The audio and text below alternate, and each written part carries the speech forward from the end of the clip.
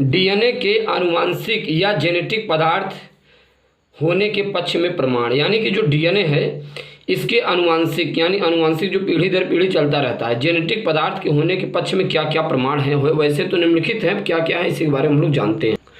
अब यहाँ पर ध्यान देना क्या क्या इसके प्रमाण है। ग्रिफिथ का जीवाणु का रूपांतरण प्रयोग। ग्रिफिथ का मित्रों जीवाणु का रूपांतरण प्रयोग क्या होता है।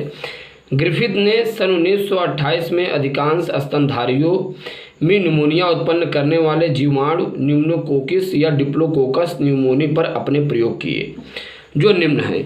मित्रों, जो कुछ स्तनधारी ऐसे होते हैं जीवाणु जो निमोनिया रोग उत्पन्न करते हैं, और जो निमोनिया रोग उत्पन्न करते हैं वो जैसे किसके अंतर्गत आते हैं, वो न्यूमोकोकस और डिप्लोकोकस के अंतर्गत आते हैं। It's all right. अब ये कई प्रकार के होते हैं, जैसे एक होता है अग्र विभेद। अब देखिए इसके अंतर्गत क्या है, इस विभेद के जीवाणु चिकनी भित्ति वाले होते, इसका जो बाहरी आवरण होता है वो नहीं होता, यानी कि जो अग्र विभेद वाले जो होते हैं जीवाणु जो निमोनिया रोग उत्पन्न होते हैं, ये चिकनी भित्ति वाले होते हैं, इनमें बाहरी आवरण होता ही नहीं।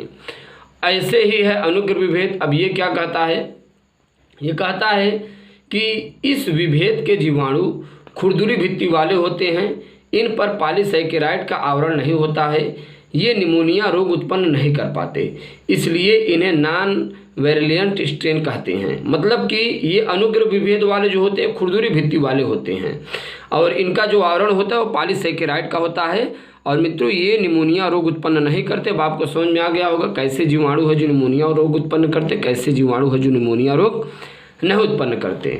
राइट। तो ये था मित्रों ग्रिफिथ का जीवाणु रूपांतरण प्रयोग। तो ग्रिफिथ ने कुछ इस प्रकार से प्रयोग किया था। अब यहाँ पर जरा ध्यान दे लीजिए एक बार फिर, ग्रिफिथ ने कैसा प्रयोग किया। ग्रिफिथ ने सन 1928 में अधिकांश स्तनधारियों को निमोनिया उत्पन्न करने वाले जीवाणु न्यूमोकोकस या डिप्लोकोकस न्यूमोनी पर अपने प्रयोग किए थे। राइट। इसके बाद आता है मित्रों आनुवांशिक पदार्थ के गुण। ये आनुवांशिक पदार्थ के गुण क्या क्या होते हैं, क्या क्या इनके प्रॉपर्टीज होते हैं।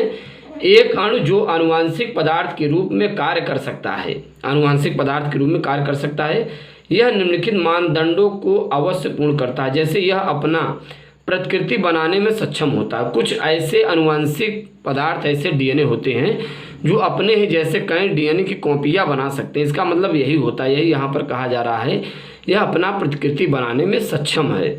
फिर क्या कहता है, इसे रचना रासायनिक संगठन के आधार पर स्थिर होना चाहिए। ये बात समझ में आ रही है।